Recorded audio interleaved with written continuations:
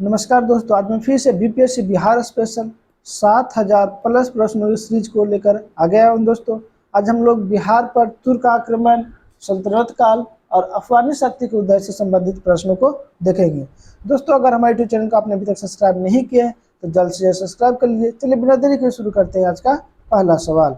आज का पहला सवाल है कि भारत पर प्रथम चरण में किस तुर्क आक्रमणकारी ने आक्रमण किया था? इसका सही उत्तर हो जाएगा ऑप्शन सी, महमूद गजनवी ने आक्रमण किया था। अगला सवाल है कि भारत पर द्वितीय चरण में किस तुर्क आक्रमणकारी ने आक्रमण किया था? ऑप्शन इसका मोहम्मद गौरी, बख्तियार खिलजी, मोहम्मद गजनवी या बलबन ने। इसका सही उत्तर हो जाएगा दोस्तों, मोहम्मद गौरी ने दूसरी बार भारत पर आक्रमण किया था। अगला सवाल है कि तुर्क आक्रमण के समय बिहार में कौन शासक था? ऑप्शन है गोपाल, रामपाल, देवपाल या महिपाल। जिसका सही उत्तर हो जाएगा दोस्तों ऑप्शन बी, रामपाल बिहार के उस वक्त शासक थे। अगला सवाल है कि तुर्क आक्रमण की जानकारी किस रचना से मिलती है? ऑप्शन है शाहनामा, कुतुबुद्दीन, रेहला या पद्मावत। जिसका सही उत्तर हो जाएगा ऑप्शन ए, शाहनामा से जानकारी मिलती है तुर्क आक्रमण का। अगला सवाल है कि निम्न में से कौन शाहनामा के लेखक की है? तो शाहनामा का लेखक कौन है दोस्तों? ऑप्शन है अजहरुद्दीन, फिरदौसी, इब्न बतूता, मिन्हाजुद सिराज। जिसका ऑप्शन बी सही हो जाएगा, शाहनामा का लेखक फिरदौसी है। अगला सवाल है कि शाहनामा किस भाषा की प्रसिद्ध रचना है? ऑप्शन है फारसी, अरबी, उर्दू, यूनानी। इसका सही उत्तर हो जाएगा दोस्तों ऑप्शन ए, फारसी भाषा का प्रसिद्ध रचना है। अगला सवाल है कि निम्न में से कौन यामनी वंश की से संबंधित है? तो यामनी वंश से संबंधित कौन है दोस्तों? तो इसका ऑप्शन है मोहम्मद गौरी, मोहम्मद गजनवी, बख्तियार खिलजी या फिरदौसी। इसका सही उत्तर हो जाएगा मोहम्मद गजनवी जो थे वो यामनी वंश से संबंधित था। अगला सवाल है कि मोहम्मद गजनवी के पिता का क्या नाम था? तो मोहम्मद गजनवी के पिता का नाम क्या था? तो ऑप्शन है सुबुक्तगीन, कुतुबुद्दीन, बुरहानुद्दीन अल हया। तो इसका सही उत्तर हो जाएगा सुबुक्तगीन जो थे वो मोहम्मद गजनवी के पिता का नाम था। अगला सवाल है कि निम्न में से किसने गाजी की उपाधि धारण की थी? ऑप्शन है मोहम्मद गौरी, अकबर, जहांगीर या मोहम्मद गजनवी। इसका सही उत्तर हो जाएगा ऑप्शन सी, जहांगीर ने गाजी की उपाधि धारण किए थे। अगला सवाल है कि मोहम्मद गजनवी ने सर्वप्रथम भारत पर आक्रमण कब किया था? इसका सही उत्तर हो जाएगा ऑप्शन सी, 1001 ईस्वी में सर्वप्रथम बार मोहम्मद गजनवी ने आक्रमण भारत पर किया था। अगला सवाल है कि मोहम्मद गजनवी ने सर्वप्रथम हिंदू शाही वंश के किस शासक पर आक्रमण किया था? ऑप्शन है जयपाल, जयचंद्र, जयशाह या रामपाल। इसका सही उत्तर हो जाएगा ऑप्शन ए, जयपाल शासक पे हिंदू शासक पर आक्रमण किए थे। अगला सवाल है कि मोहम्मद गजनवी ने 1011-12 में दोबारा कहाँ आक्रमण किया था? तो ऑप्शन है कनौज, द्वारिका, वैशाली या थानेश्वर। तो इसका सही उत्तर हो जाएगा ऑप्शन डी, थानेश्वर पर दोबारा हमला किए थे 1011-12 में। अगला सवाल है कि मोहम्मद गजनवी ने पंजाब पर आक्रमण कब किया था? ऑप्शन है 1020-21 में, 1021-22 में, 1022-23 में, 1023-24 में। इसका सही उत्तर हो जाएगा 1021-22 में पंजाब पर आक्रमण किया था। अगला सवाल है कि मोहम्मद गजनवी ने पंजाब पर आक्रमण का मूल उद्देश्य क्या था? ऑप्शन है धन लूटना, शासन करना, सैनिक केंद्र स्थापित करना। तो इसका ऑप्शन डी सही हो जाएगा। मोहम्मद गजनवी जो थे भारत पर धन लूटने के उद्देश्य से हमला करता था, शासन भी करना चाहता था, सॉरी माफ कीजिएगा, इसका ऑप्शन सी सही हो जाएगा, सैनिक केंद्र स्थापित करना था।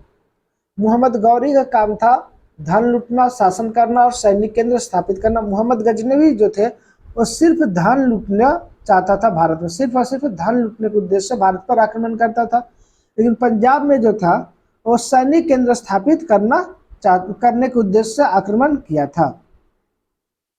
अगला सवाल है कि मोहम्मद गजनवी ने सोमनाथ मंदिर पर आक्रमण कब किया था? तो इसका ऑप्शन है 1023-24, 1024-25, 1025-26 या 1026-27। इसका सही उत्तर हो जाएगा ऑप्शन सी 1025-26 में महमूद गजनवी ने सोमनाथ मंदिर पर आक्रमण किया था। सोमनाथ मंदिर कहाँ स्थित है? ऑप्शन है उत्तराखंड, राजस्थान, बिहार या गुजरात। तो इसका ऑप्शन डी सही हो जाएगा, सोमनाथ मंदिर गुजरात में स्थित है। अगला सवाल है कि मोहम्मद गजनवी का अंतिम आक्रमण किन शासक के विरुद्ध था? ऑप्शन है राजपूत, यादव, जाट या ब्राह्मण। तो इसका सही उत्तर हो जाएगा जाट के विरुद्ध अंतिम आक्रमण था, जाट शासकों के विरुद्ध। अगला सवाल है कि गजनवी के आक्रमण का मुख्य उद्देश्य क्या था? तो इसका सही उत्तर हो जाएगा ऑप्शन बी, धन लूटना गजनवी का मुख्य उद्देश्य था। अगला सवाल है कि निम्न में से किस शासक का मूल नाम मोइजुद्दीन मोहम्मद बिन शाम था? ऑप्शन है मोहम्मद गौरी, इल्तुतमिश, बाबर, महमूद गजनवी। इसका सही उत्तर हो जाएगा ऑप्शन ए, मोहम्मद गौरी का। अगला सवाल है मोहम्मद गौरी का भारत पर आक्रमण करने का मूल उद्देश्य क्या था? तो इसका सही उत्तर, इसका ऑप्शन है धन लूटना, राजनीतिक सत्ता स्थापित करना और सैन्य केंद्र स्थापित करना। तो इसका ऑप्शन डी सही हो जाएगा, धन लूटने के उद्देश्य से भी करता था, राजनीतिक सत्ता स्थापित भी करना चाहता था और सैन्य केंद्र भी बनाना चाहता था। अगला सवाल है कि बख्तियार खिलजी ने कब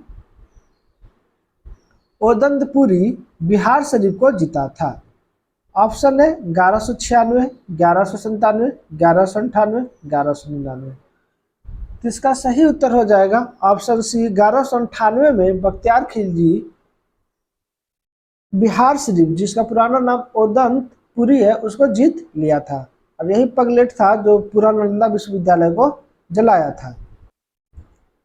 अगला प्रश्न है कि मोहम्मद बिन बख्तियार खिलजी किस शासक का सेनापति था? ऑप्शन है जलालुद्दीन खिलजी, अलाउद्दीन खिलजी, मोहम्मद गौरी या बाबर। तो इसका सही उत्तर हो जाएगा ऑप्शन सी, मोहम्मद गौरी का सेनापति था।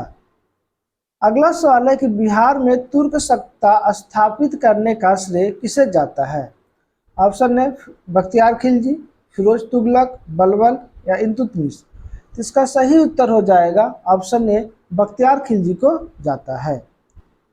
अगला सवाल है कि किस तुर्क शासक के आक्रमण का लक्ष्मण सेन और इंद्रधुमन पाल ने विरोध किया था?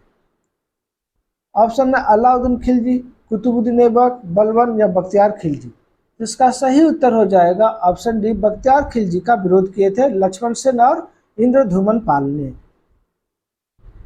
अगला सवाल है कि बख्तियार खिलजी ने कब सेन शासकों की राजधानी नदिया पर आक्रमण कर उसे जीत लिया? तो नदिया पर आक्रमण कब किया बख्तियार खिलजी ने? तो इसका ऑप्शन है 1202, 1203 में, 1203, 1204 में, 1204, 1205 में, 1206, 1207 में। इसका सही उत्तर हो जाएगा ऑप्शन बी, 1203, 1204 में के आसपास बख्तियार खिलजी ने सैन्य शासक की राजधानी नदिया पर आक्रमण करके उसे जीत लिया था। अगला सवाल है कि बख्तियार खिलजी ने बिहार एवं बंगाल को जीतकर कहाँ राजधानी बनाया? ऑप्शन है नदिया, पाटलिपुत्रा, वैशाली या लखनौती। जिसका सही उत्तर हो जाएगा ऑप्शन डी, लखनौती को अपना राजधानी बनाया था। अगला सवाल है कि बख्तियार खिलजी की हत्या किसने की? ऑप्शन है कासिम नोमानी, महावत खां, ईसा शाह दुर्रानी, अली मर्दान खिलजी। इसका सही उत्तर हो जाएगा ऑप्शन डी, अली मर्दान खिलजी ने बख्तियार खिलजी का हत्या कर दिया था। अगला सवाल यह है कि बख्तियार खिलजी की हत्या कब हुई? ऑप्शन है 1205, 1206, 1207, 1208। इसका सही उत्तर हो जाएगा ऑप्शन बी, 1206 ईस्वी में बख्तियार खिलजी की अली मर्दान खिलजी ने हत्या कर दी थी। अगला प्रश्न है कि कुतुबुद्दीन ऐबक किसका सेनापति था? ऑप्शन है मोहम्मद गौरी, मोहम्मद गजनवी, बाबर, अलाउद्दीन खिलजी। इसका सही उत्तर हो जाएगा ऑप्शन ए, मोहम्मद गौरी का सेनापति था। अगला सवाल है कि बख्तियार खिलजी की हत्या के बाद किसका शासन बिहार एवं बंगाल क्षेत्र में स्थापित हुआ? ऑप्शन है कुतुबुद्दीन ऐबक, अली मर्दान, महावत खां या इल्तुतमिश। जिसका सही उत्तर हो जाएगा ऑप्शन ए, कुतुबुद्दीन ऐबक का शासनकाल बख्तियार खिलजी की मृत्यु के बाद बिहार और बंगाल पर हुआ। अगला सवाल है कि मोहम्मद गौरी की मृत्यु के बाद किसने दिल्ली में स्वतंत्र तुर्क सत्ता की स्थापना किया? ऑप्शन है बलबन, कुतुबुद्दीन ऐबक, अलाउद्दीन खिलजी या इल्तुतमिश। इसका सही उत्तर हो जाएगा ऑप्शन बी, कुतुबुद्दीन ऐबक ने मोहम्मद गौरी के बाद दिल्ली पर तुर्क सत्ता का स्वतंत्र स्थापना किया था। अगला प्रश्न है कुतुबुद्दीन ऐबक ने कब दिल्ली सल्तनत की स्थापना की? तो कुतुबुद्दीन ऐबक ने दिल्ली सल्तनत की स्थापना कब की? ऑप्शन है 1204, 1205, 1206 और 1207। इसका सही उत्तर हो जाएगा ऑप्शन सी, 1206 ईस्वी में कुतुबुद्दीन ऐबक ने दिल्ली सल्तनत की स्थापना किया था। अगला प्रश्न है सल्तनत काल से। सल्तनत काल का पहला प्रश्न है दिल्ली सल्तनत के अधीन कितने वंशों ने शासन किया? ऑप्शन है 3 शासक, 4 शासक, 5 शासक या 6 शासक। तो इसका सही उत्तर हो जाएगा ऑप्शन सी, 5 शासकों ने दिल्ली सल्तनत के अधीन शासन किया था। पहला वंश था गुलाम वंश। तो कह रहा ममलूक या गुलाम वंश का शासन कब से कब तक रहा? तो गुलाम वंश को ममलूक वंश भी कहा जाता है। तो ममलूक वंश या गुलाम वंश का शासन कब से कब तक रहा? ऑप्शन है 1205 से 1260, 1206 से 1290, 1207 से 1285, 1208 से 1280। दोस्तों अगर हमें याद रहे कि 1206 ईस्वी में गुलाम वंश की स्थापना हुआ, तो 1206 कौन सा ऑप्शन दिख रहा है हमें? ऑप्शन बी दिख रहा है, और कोई है नहीं। तो 1206 से 1290 क्या हो जाएगा? गुलाम वंश का शासन में रहा था। अगला सवाल है गुलाम वंश के बाद किस वंश का शासन दिल्ली पर स्थापित हुआ? तो गुलाम वंश के बाद जो है दिल्ली सल्तनत काल पर किस वंश का शासन हुआ? ऑप्शन है खिलजी, तुगलक, सैयद या लोदी। इसका सही उत्तर हो जाएगा खिलजी वंश की स्थापना हुआ था गुलाम वंश के बाद।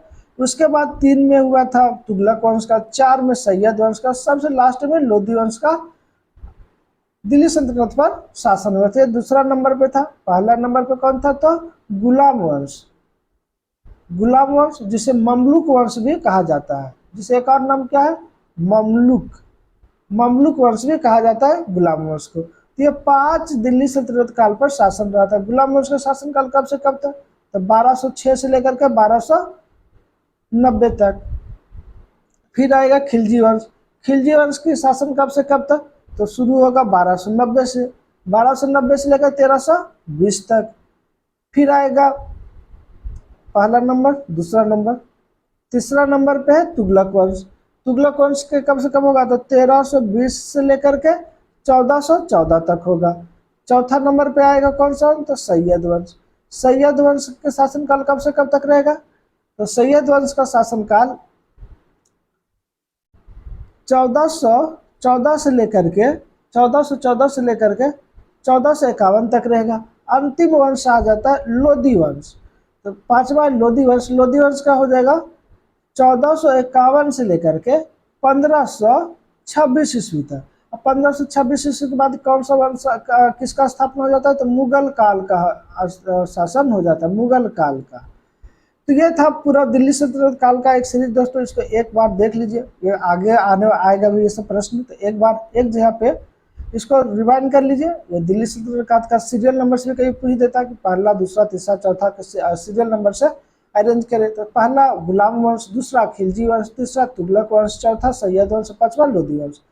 सबका शासनकाल भी 1206, गुलाम वंश का 1206 से 1290, खिलजी वंश का 1290 से 1320, तुगलक वंश का 1320 से 1414, सैयद वंश का 1414 से 1451 और लोधी वंश का 1451 से 1526 तक। 1526 से मुगल सल्तनत काल आ जाता है। कब से मुगल से? 1526 से 1857 तक। अगला सवाल यह है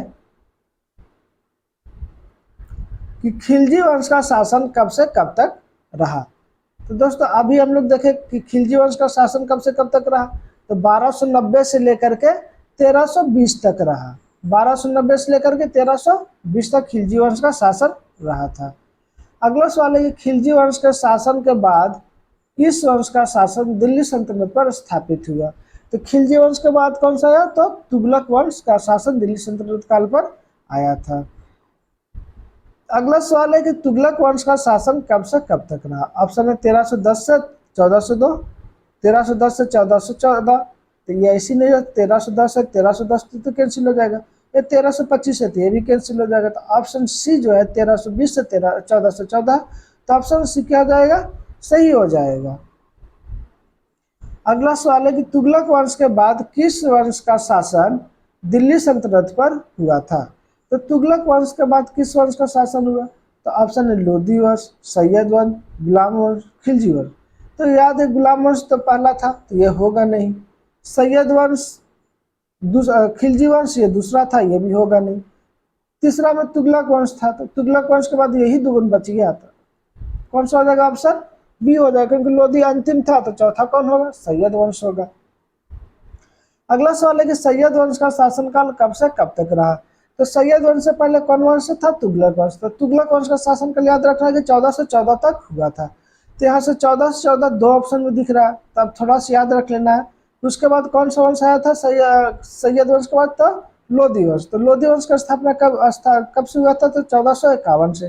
तो 1451 यहाँ दिख रहा था, ऑप्शन ए इसका सही हो जाएगा। 1414 से लेकर के 1451 ईस्वी तक। तो इस तरह से हम लोग ऑप्शन से भी छाट सकते हैं जब एक वंश किसी को सीरियल नंबर से याद रहे तो। अगला सवाल है कि सैयद वंश के बाद किस वंश का शासन दिल्ली सल्तनत पर आया। तो सैयद वंश के बाद कौन सा वंश आया? तो सैयद वंश के बाद गुलाम वंश तो होगा नहीं, पहला था। खिलजी वंश दूसरा था। मुगल काल से दिल्ली सल्तनत काल के बाद आता है, तो कौन सा बच गया? ऑप्शन सी बच गया। तो लोधी वंश सैयद वंश के बाद आया, तो इसका ऑप्शन सी सही हो जाएगा। अगला सवाल है कि लोधी वंश का शासन कब से कब तक रहा। तो सैयद वंश का याद होगा। सैयद वंश का कितना था? तो 1451 था। 1451 कोई ऑप्शन में है ही नहीं है, तो ऑप्शन है इसका क्या हो गया? सही हो जा रहा है। 1451 से लेकर 1526 ईस्वी तक किस वंश का? तो लोधी वंश का शासनकाल दिल्ली सल्तनत काल पर रहा। अगला सवाल है कि निम्न में से किसके साथ कुतुबुद्दीन ऐबक का संघर्ष हुआ। सहवार, यलदौज, कुवाचा। तो इसका ऑप्शन डी जो है वो सही हो जाएगा।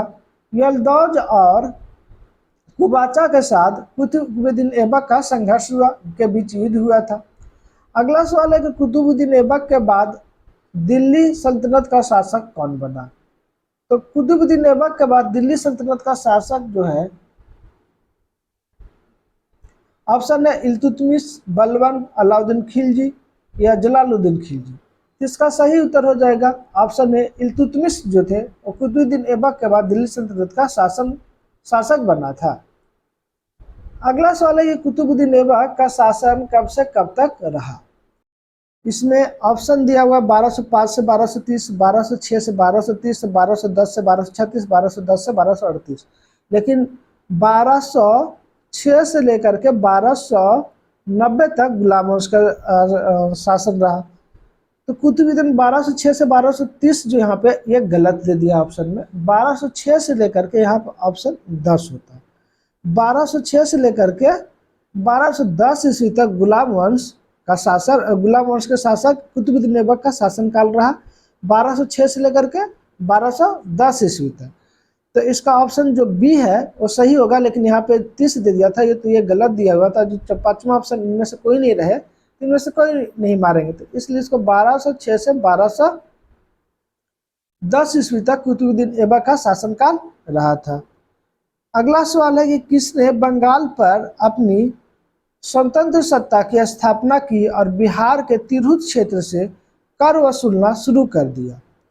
ऑप्शन है बलबन, जलालुद्दीन, गयासुद्दीन, अली मर्दान खिलजी। तो इसका सही उत्तर हो जाएगा ऑप्शन बी, जलालुद्दीन ने बंगाल की अपनी स्वतंत्र सत्ता स्थापित कर बिहार के तिरहुत क्षेत्र से कर वसूलना शुरू कर दिया था।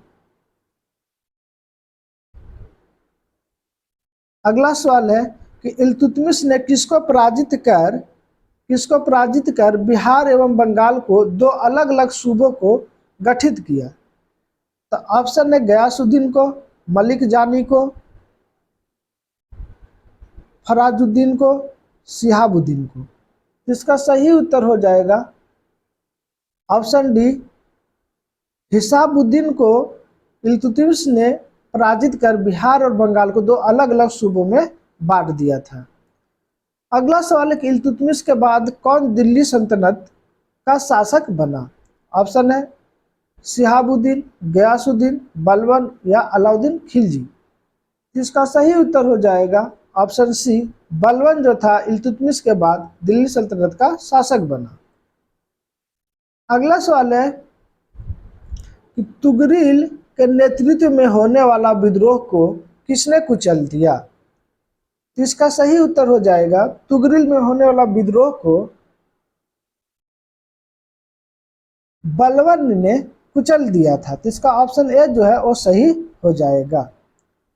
अगला सवाल है कि बलबन के बाद किस वर्ष के शासनकाल में दक्षिण बिहार सहित तिरहुत पर तुर्कों का शासन स्थापित हो चुका था।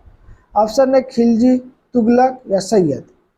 तो इसका सही उत्तर हो जाएगा ऑप्शन तुगलक वंश का जो है, तुगलक वंश के शासनकाल में दक्षिण बिहार सहित तिरहुत पर तुर्कों का शासन स्थापित हो गया था।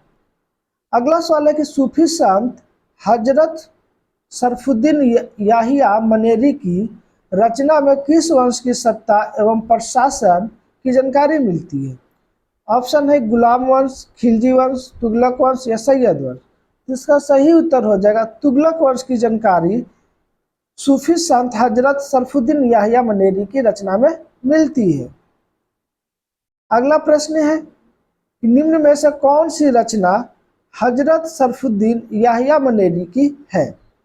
ऑप्शन है जामे जहनुमा, मलफुजात, मनाकिबुल असफिया। तो इसका सही उत्तर जो है दोस्तों हो जाएगा ऑप्शन डी, बी और सी दोनों। मलफुजात और मनाकिबुल असफिया की रचना हजरत शरफुद्दीन याहिया मनेरी द्वारा किया गया था। अगला सवाल है कि गयासुद्दीन तुगलक ने कब कर्नाट वंश के शासक हरि सिंह देव को पराजित किया था। तो तुगलक वंश का शासक गयासुद्दीन तुगलक कर्नाट वंश के शासक हरि सिंह को कब पराजित कर दिया। ऑप्शन है 1322 ईस्वी, 1323 ईस्वी, 1324 ईस्वी या 1325 ईस्वी। तो इसका सही उत्तर हो जाएगा ऑप्शन सी, 1324 ईस्वी में कर्नाट वंश के शासक हरि सिंह देव को पराजित कर दिया था। कौन था गयासुद्दीन तुगलक, या किस वंश का शासक था। तो तुगलक वंश का शासक था। अगला सवाल है कि बाजार व्यवस्था किस शासक ने लागू की। ऑप्शन है अलाउद्दीन खिलजी, मोहम्मद तुगलक, बलबन या सिकंदर लोदी। इसका सही उत्तर हो जाएगा ऑप्शन बी, मोहम्मद बिन तुगलक ने बाजार व्यवस्था शासन को लागू किया था। अगला सवाल है कि गयासुद्दीन तुगलक ने मिथिला क्षेत्र को जीतकर क्या नाम रखा था। तो ऑप्शन है ग्यासपुर, तुगलकाबाद, तुगलकपुर या ग्यासाबाद।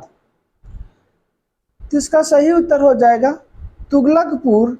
मिथिला क्षेत्र को जीतकर गयासुद्दीन तुगलक ने नाम रखा था तुगलकपुर।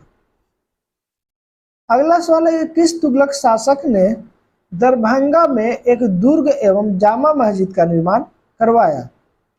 ऑप्शन है गयासुद्दीन तुगलक, जलालुद्दीन तुगलक, मोहम्मद बिन तुगलक, फिरोज शाह तुगलक। तो इसका सही उत्तर हो जाएगा मोहम्मद बिन तुगलक ने दरभंगा में एक दुर्ग और जामा मस्जिद का निर्माण करवाया था। अगला सवाल है कि हरि सिंह देव ने पराजित होकर किसके सहयोग से नेपाल क्षेत्र में शरण ली थी? ऑप्शन है विद्यापति, गंगादेव, नारायणदेव या शंकर महादेव। तो इसका सही उत्तर हो जाएगा ऑप्शन है विद्यापति के सहयोग से हरि सिंह देव ने नेपाल में जाकर के शरण लिया था। अगला सवाल है कि तुगलक काल में बिहार की राजधानी कहाँ थी? तो ऑप्शन है तुगलकपुर, लुकमानाबाद, बिहार शरीफ या पाटलिपुत्र। तो इसका सही उत्तर हो जाएगा ऑप्शन सी बिहार शरीफ तुगलक काल में बिहार की राजधानी थी। अगला सवाल है कि फिरोज शाह तुगलक ने कब बंगाल अभियान प्रारंभ किया? ऑप्शन है 1357, 1358, 1359 या 1360। तो इसका सही उत्तर हो जाएगा ऑप्शन सी 1359 ईस्वी में फिरोज शाह तुगलक ने बंगाल अभियान को प्रारंभ किया था। अगला प्रश्न है कि फिरोज शाह तुगलक ने बंगाल अभियान की जानकारी किस रचना से मिलती है? ऑप्शन है तारीख है फिरोज शाही, सीरत है फिरोज शाही, फिरोजनामा या फिरोज हिंद। तो इसका सही उत्तर हो जाएगा ऑप्शन बी सीरत है फिरोज शाही में फिरोज शाह तुगलक का बंगाल अभियान की जानकारी मिलती है। अगला प्रश्न है कि किस कर्नाटक शासक ने तुर्कों के साथ मैत्रीपूर्ण सहयोग की नीति अपनाई?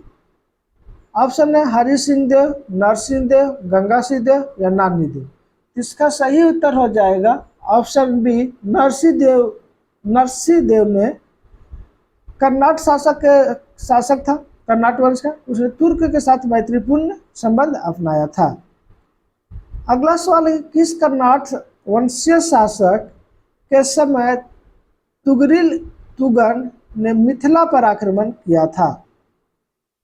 ऑप्शन है गंगादेव सिंह, रामसिंह देव, नरसिंह देव या बीसी दोनों के शासनकाल में, ऑप्शन डी में। जिसका सही उत्तर हो जाएगा ऑप्शन डी रामसिंह देव और नरसिंह देव के शासनकाल में तुगन ने मिथिला पर आक्रमण किया था। अगला सवाल है अफगान शक्तियों का उदय से। अफगान शक्तियों का उदय से पहला प्रश्न है कि किस वंश के शासन काल में तैमूर ने भारत पर आक्रमण किया था? ऑप्शन है गुलाम वंश, खिलजी वंश, तुगलक वंश या सैयद वंश। तो इसका सही उत्तर हो जाएगा तुगलक वंश के शासन काल में तैमूर ने भारत पर आक्रमण किया था। अगला सवाल यह है कि तैमूर ने कब दिल्ली सल्तनत पर आक्रमण किया था? जिसका सही उत्तर हो जाए ऑप्शन है 1395, 1396, 1397, 1398। इसका सही उत्तर हो जाएगा 1398 ईस्वी में तैमूर ने दिल्ली सल्तनत पर आक्रमण किया था। अगला सवाल है कि सरकी वंश का शासन कहाँ स्थापित हुआ था? ऑप्शन है जौनपुर, हिसार, फिरोजाबाद या दौलताबाद। इसका सही उत्तर हो जाएगा सरकी वंश का शासन जो है वो जौनपुर में स्थापित हुआ था। सरकी वंश की स्थापना जो है मलिक असर्क ने किया था।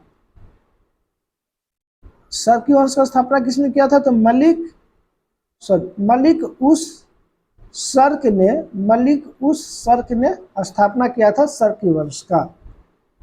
अगला सवाल है कि हुसैन शाही वंश का शासन कहाँ स्थापित हुआ था? हुसैन शाही वंश का शासन जो है वो कहाँ हुआ था? तो इसका ऑप्शन है बिहार, बंगाल, राजस्थान, उत्तर प्रदेश। इसका सही उत्तर हो जाएगा ऑप्शन बी हुसैन शाही वंश का शासन जो है बंगाल में स्थापित हुआ था। अगला सवाल है कि बिहार पर अधिकार करने के लिए किस वंश के बीच संघर्ष हुआ था? ऑप्शन है सार्की और हुसैन शाही और लोधी और सरकी लोधी और सरकी और हुसैन शाही तीनों के बीच हुआ। तो इसका सही उत्तर हो जाएगा ऑप्शन सी, लोधी वंश और सरकी वंश के बीच बिहार पर अधिकार करने के लिए दोनों के बीच युद्ध हुआ था। अगला सवाल है कि हुसैन शाह के विद्रोह को किस लोधी शासक ने कुचल दिया था? ऑप्शन है बहलोल लोधी, इब्राहिम लोधी, सिकंदर लोधी या सुजात लोधी। तो इसका सही उत्तर हो जाएगा ऑप्शन सी, सिकंदर लोधी ने हुसैन शाही के विद्रोह को कुचल दिया था। अगला सवाल यह है कि सिकंदर लोधी ने बिहार क्षेत्र से कर टैक्स वसूलने के लिए किसे नियुक्त किया था? तो बिहार क्षेत्र से कर वसूलने के लिए किसे नियुक्त किया था? ऑप्शन है दिलावर खां, मुबारक खां, अफजल खां या महावत खां। तो इसका सही उत्तर हो जाएगा ऑप्शन बी, मुबारक खां को सिकंदर लोधी ने बिहार से टैक्स वसूल करने के लिए, कर वसूल करने के लिए नियुक्त किया था। अगला सवाल है कि सिकंदर लोधी एवं बंगाल के नवाब अलाउद्दीन के बीच कब युद्ध हुआ था? तो इसका ऑप्शन है 1502, 1503, 1504 और 1505। तो इसका सही उत्तर हो जाएगा 1504 ईस्वी में सिकंदर लोधी और बंगाल के नवाब अलाउद्दीन के बीच युद्ध हुआ था। अगला प्रश्न है कि इब्राहिम लोधी के समय बिहार के किस सूबेदार ने विद्रोह किया था? इब्राहिम लोधी के समय ऑप्शन है दाऊद खां, इस्लाम शाह, बुदेल शाह या दरिया खां नुहानी। तो इसका सही उत्तर हो जाएगा ऑप्शन डी, दरिया खां नुहानी ने इब्राहिम लोधी के समय बिहार का सूबेदार था जिसने विद्रोह कर दिया था। अगला सवाल है कि निम्न में से किसका नाम बहार खां था? ऑप्शन है दरिया खां नुहानी का, इब्राहिम शाह, बहलोल लोधी या महावत खां। तो इसका सही उत्तर हो जाएगा ऑप्शन ए, दरिया खां नुहानी का उपनाम था बहार खां। भी बहार खां के नाम से भी दरिया खां नुहानी को जाना जाता था। अगला सवाल है कि दरिया खां नुहानी की मृत्यु कब हुई थी?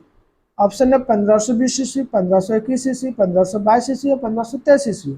तो इसका सही उत्तर हो जाएगा ऑप्शन डी, 1523 ईस्वी में दरिया खां नुहानी की मृत्यु हुई थी।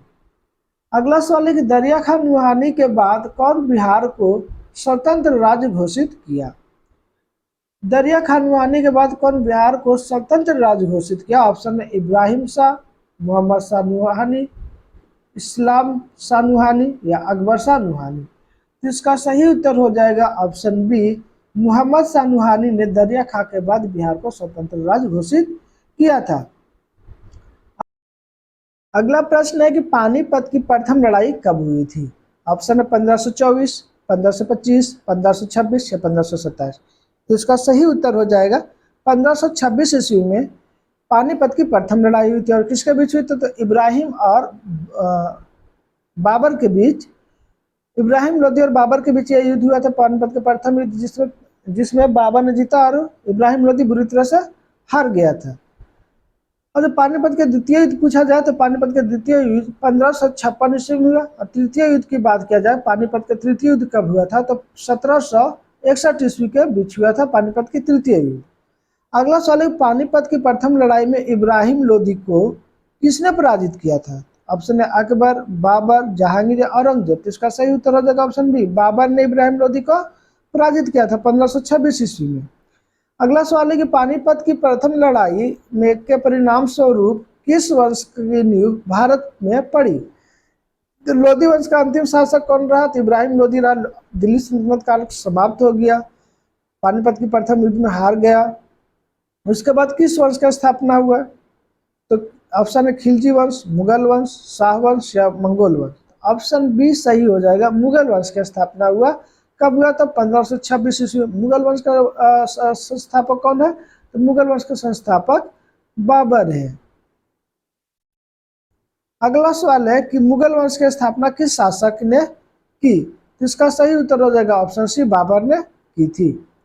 अगला सवाल है कि जब अफगानों ने जौनपुर पर नियंत्रण करने का प्रयास किया तब बाबर ने किसके नेतृत्व में सेना भेजी थी?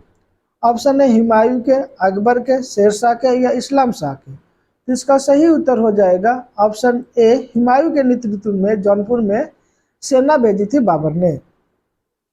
अगला सवाल है कि मुगल वंश की शुरुआती चरण में दक्षिण बिहार के में किसका शासन था? मुगल वंश के शुरुआती चरण में कहा दक्षिण बिहार में किसका था? ऑप्शन है इस्लाम शाह, शेर शाह, मोहम्मद शाह, इब्राहिम शाह सॉरी। इसका सही उत्तर हो जाएगा ऑप्शन सी, मोहम्मद शाह का दक्षिण बिहार पर मुगल वंश के शासन के समय अधिकार था। अगला प्रश्न है कि मुगल वंश के शुरुआती चरण में उत्तर बिहार में किसका शासन था? ऑप्शन है नुसरत शाह, नसीम शाह, इस्लाम शाह, महावत शाह। इसका सही उत्तर हो जाएगा ऑप्शन ए, नुसरत शाह का उत्तर बिहार में शासन था, दक्षिण बिहार में मोहम्मद शाह का था। ऑप्शन है कि बाबर की मृत्यु कब हुई थी? बाबर की मृत्यु कब हुई थी? अगला प्रश्न था तो इसका ऑप्शन है 1528, 1530 ईस्वी, 1532 ईस्वी, 1534 ईस्वी। तो इसका सही उत्तर हो जाएगा ऑप्शन बी, बाबर की मृत्यु 1530 ईस्वी में हुई थी। अगला प्रश्न है कि दौसा का युद्ध कब हुआ था? चौसा का युद्ध अलग है, ये दौसा का युद्ध है, ठीक है भाई। तो दौसा का युद्ध कब हुआ था? तो इसका ऑप्शन है 1532, 1534, 1536 या 1537। तो इसका सही उत्तर हो जाएगा ऑप्शन ए, 1532 ईस्वी में दौसा का युद्ध हुआ था। अगला सवाल है कि दौसा के युद्ध में अफगानों को किसने पराजित किया था? ऑप्शन है बाबर, हुमायूं, अकबर या औरंगजेब। तो इसका सही उत्तर हो जाएगा ऑप्शन बी, हुमायूं ने अफगानों को दौसा के युद्ध में 1532 ईस्वी में पराजित कर दिया था। अगला प्रश्न है कि नुहानियों के पतन के बाद किस शक्ति का पुनरुत्थान शुरू हुआ? तो नुहानियों के पतन के बाद किस शक्ति का पुनरुत्थान शुरू हुआ? ऑप्शन है कर्रानी, अफगान, शाह या दुर्रानी। इसका सही उत्तर हो जाएगा ऑप्शन बी, अफगान का। नुहानियों के पतन के बाद अफगानों का शक्ति का पुनरुत्थान शुरुआत हुआ था। अगला प्रश्न है कि किसके नेतृत्व में अफगान शक्ति का पुनरुत्थान शुरू हुआ? ऑप्शन है दाऊद खां, दरिया खां, महावत खां या शेर शाह। इसका सही उत्तर हो जाएगा ऑप्शन डी, शेर शाह के नेतृत्व में अफगान शक्ति का पुनरुत्थान शुरू हुआ था। धन्यवाद दोस्तों। हमारा वीडियो आप लोग कैसा लगा कमेंट करके जरूर बताएं। दोस्तों अगर हमारे यूट्यूब चैनल का आपने अभी तक सब्सक्राइब नहीं किया तो जल्द से सब्सक्राइब कर लीजिए। दोस्तों अगला जो है वो सूर्यवंश से वीडियो आएगा। तो दोस्तों हम लोग फिर से मिलते हैं अगले वीडियो में, तब तक के लिए जय हिंद, जय भारत।